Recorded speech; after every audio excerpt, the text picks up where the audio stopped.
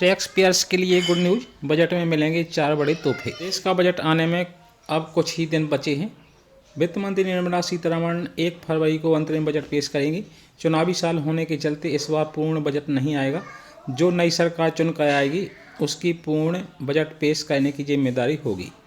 देश के करदाताओं को इस अंतरिम बजट से काफ़ी उम्मीदें हैं। इस बार टैक्स पेयर्स यह उम्मीद करते हैं कि सरकार बजट में टैक्स को लेकर कुछ राहत दे।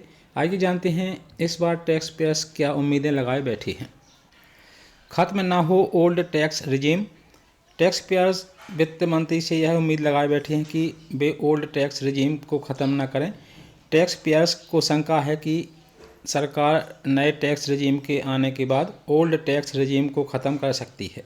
ऐसे में करदाताओं की डिमांड है कि ओल्ड टैक्स रिजीम को लागू रखा जाए। टैक्स पेयर्स की डिमांड है कि सेक्शन 80D के तहत इंडिविजुअल के लिए मेडिकल इंश्योरेंस प्रीमियम में डिडक्शन लिमिट 25,000 से बढ़ाकर 50,000 रुपये की जाए। वहीं सीनियर सिटीजन्स के लिए इस लिमिट को बढ़ाकर 50,000 से 75,000 रुपये किया जाए। टैक्स फ्री स्लैब का हो विस्तार।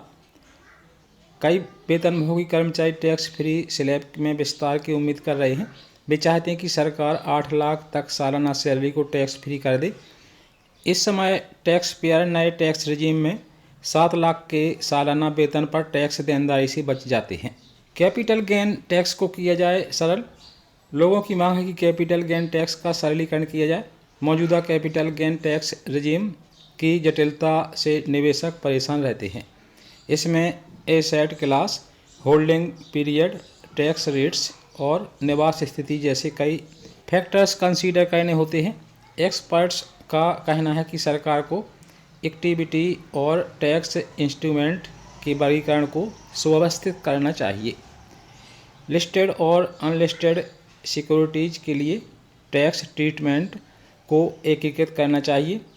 साथ ही इंडेक्सेशन प्रावधानों को भी सरल बनाना चाहिए।